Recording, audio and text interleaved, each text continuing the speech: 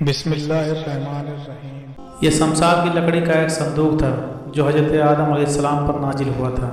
یہ آپ کی آخری زندگی تک آپ کے پاس ہی رہا، پھر بطور میراث ایک کے بعد دیگرے آپ کی اولاد کو ملتا رہا،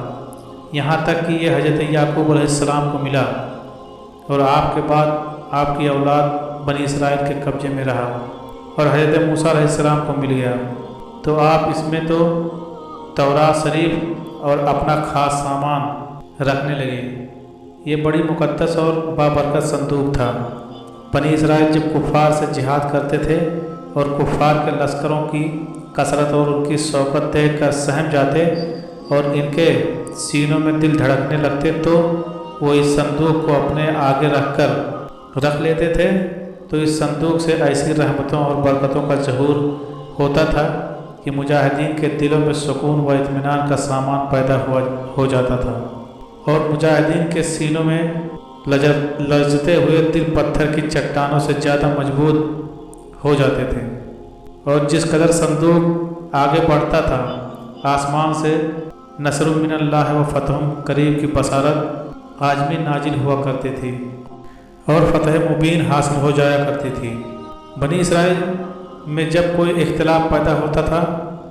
تو لوگ اسی صندوق سے فیصلہ کراتے تھے۔ صندوق سے فیصلے کی آواز اور فتح کی بشارت سنی جاتی تھی۔ بنی اسرائیل اس صندوق کو اپنے آگے رکھ کر اور اس کو وسیلہ بنا کر دعا مانگتے تھے تو ان کی دعائیں مقبول ہو جاتی تھیں اور بلاؤں کی مصیبتیں اور وباؤں کی آفتیں ٹل جایا کرتی تھیں۔ الغرض یہ صندوق بنی اسرائیل کے لیے تابوت سکینہ، برکت و رحمت کا خزینہ اور نصرت خداوندی کے نزول کا نہایت مقدس اور بہترین ذریعہ تھا۔ مگر جب بنی اسرائیل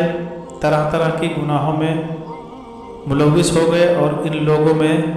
میاسی و طغیانی اور سرکشی و عصیان کا دورہ ہو گیا تو ان کی بدعمالیوں کی نحوست سے اس پر خدا کا یہ غضب نازل ہو گیا کہ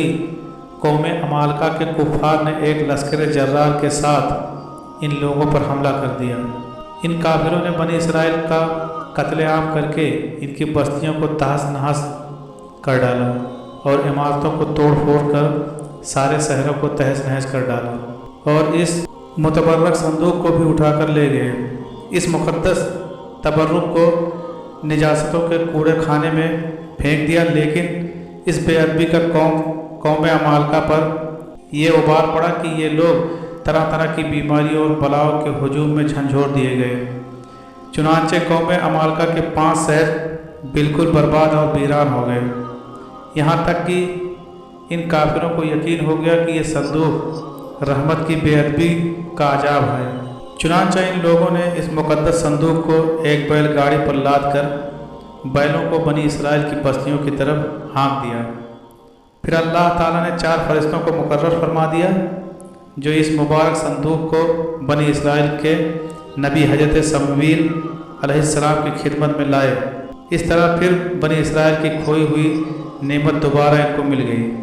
اور یہ صندوق ٹھیک اس وقت حضرت سمویل علیہ السلام کے پاس پہنچا جبکہ حضرت سمویل علیہ السلام نے طالوت کو بادشاہ بنا دیا تھا اور بنی اسرائیل طالوت کی بادشاہ تسلیم کرنے پر تیار نہیں تھے اور یہی شرط ٹھہری تھی کہ مقدس صندوق آ جائے تو ہم طالوت کی بادشاہی تسلیم کر لیں گے۔ چنانچہ صندوق آ گیا اور بنی اسرائیل طالوت کی بادشاہی پر رضامند ہو گئے۔ اس مقدس صندوق میں حضرت موسیٰ علیہ السلام کا عصا اور ان کی مقدس جوتیاں اور حضرت ہارون علیہ السلام کا امامہ، حضرت سلیمان علیہ السلام کی انگوٹھی، تورات کی کچھ تختیوں کے چند ٹکڑے،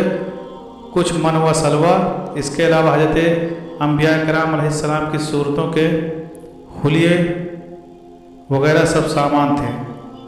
قرآن مجید میں خداوند قدوس نے سورہ بقرہ میں اس مقدس صندوق کا تذکرہ فرمایا